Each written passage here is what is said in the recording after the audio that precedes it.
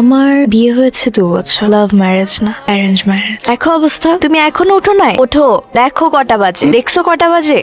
মার্চের 1 তারিখ আমাদের বিবাহ বার্ষিকী। শিমুলের কি মনে আছে? মাহি, চাটা শেষ করে যাও। সময় নেই বলে।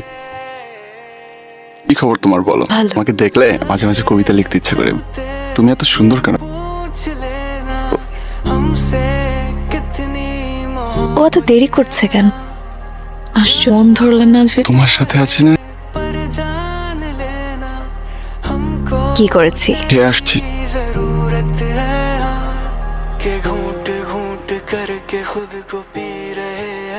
পরে এসো। ওকে স্যার, আমি শুধু শুধু মরিচিকের পিছনে ছুটেছি।